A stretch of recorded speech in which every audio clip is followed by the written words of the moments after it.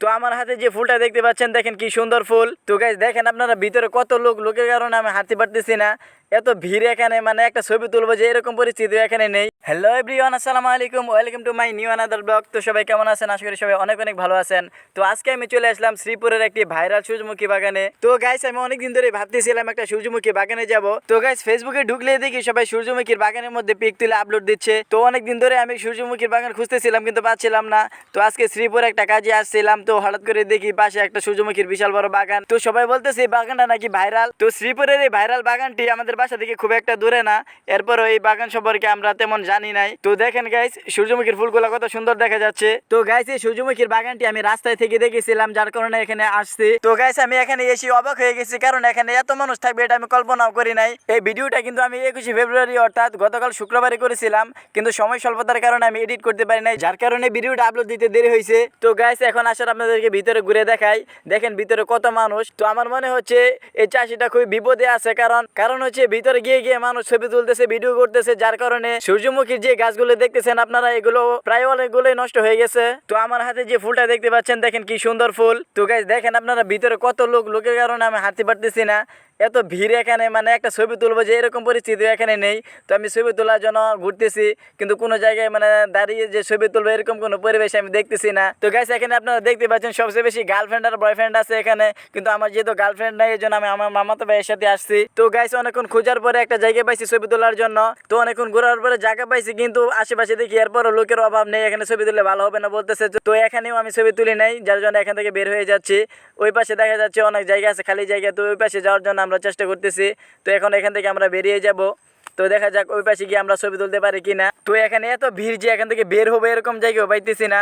তো অবশেষে বের হলাম, বের হয়ে দেখি একটা খোলা মাঠ আছে। তো এখানেও ছবি তোলার মতো তেমন পরিবেশ দেখতেছি না। তো পাশে আপনারা দেখতে পাচ্ছেন লাভ সিস্টেম দেওয়া আছে, অনেক সুন্দরভাবে সাজানো আছে। তো ভাবলাম এখানে যেহেতু এত সুন্দরভাবে সাজানো আছে তো একটা পিক তুলি। তখন মনে হলো এখানে তো কাপড়রা পিক তুলে, যেহেতু আমি সিঙ্গেল এখানে পিক তুলে আমাকে মানাবে না, এই জন্য আমি তুলি নাই। তো এতক্ষণ যে আমার ভিডিওটা করে দিয়েছিল আমার মামাতো ভাই মিজান, তো ভাবলাম তাকে একটু ভিডিওর মধ্যে আনি। তো পাশে আপনারা ছোট একটা ঘর দেখতে পাইতেছেন, এখানে অনেক সুন্দর একটা ভিউ আছে। তাই আমি মিজানকে বললাম যে এই পাশে যাওয়ার জন্য একটা শুট নেই তার। তো আমার ভিডিওতে আপনারা যে মিজানকে দেখতে পাচ্ছেন তার জন্য পাত্রী খুঁজতেছি আমরা। যদি আপনাদের খুঁজে কোনো ভালো পাত্রী থাকে অবশ্যই আপনারা আমার সাথে যোগাযোগ করবেন। তো গাইস আপনারা দেখতে পাচ্ছেন এখানে চারদিকটাই খুব সাজানো, তারা মনে হয় একটা পার্ক করার চেষ্টা করতেছে এখানে, যেহেতু এই জায়গাটা ভাইরাল হয়ে গেছে এই জন্য এখানে খুব চলবে এটা। তো এখানে পার্ক করবে কিনা সেটা আমি সঠিক জানি না, মানে এখানের পরিবেশ দেখে আমি বললাম আর কি। এখানে যে পরিমাণ মানুষ আছে আপনারা দেখতে পাচ্ছেন, দেখেন কত মানুষ এখানে, মানে এখানে যদি একটা পার্ক করে তাহলে হয়তো চলবে, কারণ জায়গাটা ভাইরাল হয়ে গেছে। আর যদি প্রতি বছর এরকম ভাবে সুন্দর সুন্দর ফুলের বাগান করে চারপাশ দিয়ে তাহলে হয়তো এটা ভালোই চলবে। আসলে এখানে এত মানুষ আসবে আমি কখনো ভাবি নাই,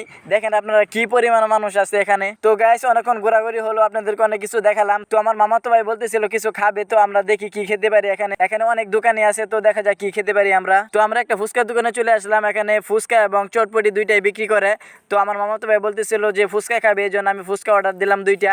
তো এখানে আমরা এখন বসবো। তো 2 প্লেট ফুচকা অর্ডার দিলাম, দেখি বানাতে কতক্ষণ লাগে। তো আমরা এখানে একটু বসি। তো গাইস এখানে মানুষই বেশি এরকমটা না, চারপাশে অনেক দোকান আছে, এখানে অনেকগুলা দোকান। তো গাইস প্রত্যেকটা দোকানে খুবই ভিড়, দেখতে পাচ্ছেন আপনারা কত মানুষ হয়েছে এখানে, মানে একটা সূর্যমুখী বাগানের মধ্যে এত মানুষ হবে এটা কল্পনার বাইরে। তো দেখতে পাচ্ছেন আপনারা আমাদের ফুচকা গুলো রেডি করছে। তো গাইস দেখতে দেখতে আমাদের ফুচকাটা প্রায় রেডি হয়ে গেছে। তো গাইস যেহেতু 2 প্লেট ফুচকা অর্ডার দিয়েছিলাম এই জন্য একটু লেট হইতেছে বানানোর জন্য। তো দেখি আমরা কতক্ষণ লাগে বানাতে। তো আমি বসে বসে ওয়েট করতেছিলাম, যেহেতু সময় কাটতেছে না এই জন্য আমি একটু মোবাইল চালাইতেছিলাম। তো গাইস দেখতে দেখতে 1 প্লেট ফুচকা রেডি হয়ে গেছে। তো এটা আমি নিলাম, এরপরে মিজানকে আরেক প্লেট দিবে। তো গাইস দেখেন ফুচকাটা দিয়ে যাচ্ছে আমাকে, অনেকদিন ধরে এই ফুচকা খাওয়া হয় না, তো আজকে খেয়ে দেখি কেমন লাগে। ফুচকা এমনিতে আমার কাছে খুবই ভালোই লাগে, মাঝে মধ্যেই খাই। তো যাই হোক অনেকদিন পরে আজকে আবারও খেয়ে দেখবো কেমন লাগে। তো ফুচকার মধ্যে একটু টক দিয়ে নিচ্ছি, টক দিয়ে খেলে আমার কাছে খুব ভালো লাগে, তো একটু টক দিয়ে নিলাম। তো যাই হোক খেয়ে দেখি। তো গাইস অনেক টেস্টি ছিল, অনেক মজা লাগছে, মানে অনেকদিন পরে ফুচকা খাইলাম, খুবই ভালো লাগছে আমার কাছে। তো এখন বিলটা দিয়ে আমরা চলে যাব, কারণ সন্ধ্যা হয়ে যেতে পারে, কারণ আমাদের বাসা মোটামুটি দূরেই আছে এখান থেকে। তো একটু আগে ভাগে আমরা রওনা দিয়ে দিব। তো গাইস আমরা এখন রওনা দিয়ে দিব। তো এখানে আসছিলাম গাইস, অনেক ভালো লাগছে আমার কাছে, অনেকদিন পরে সূর্যমুখীর বাগান দেখলাম, খুবই ভালো লাগছে আমার কাছে। আর এখানে এত মানুষ থাকবে সেটাও আমি ভাবি নাই কখনো। তো যাই হোক এখানে আসলাম, ঘুরে দেখলাম, আপনাদেরকেও দেখানোর চেষ্টা করলাম। তো আপনাদের কেমন লাগলো অবশ্যই কমেন্ট করে জানাবেন। তো আমরা আমাদের বাইকের কাছে চলে আসছি, এখন আমরা চলে যাব।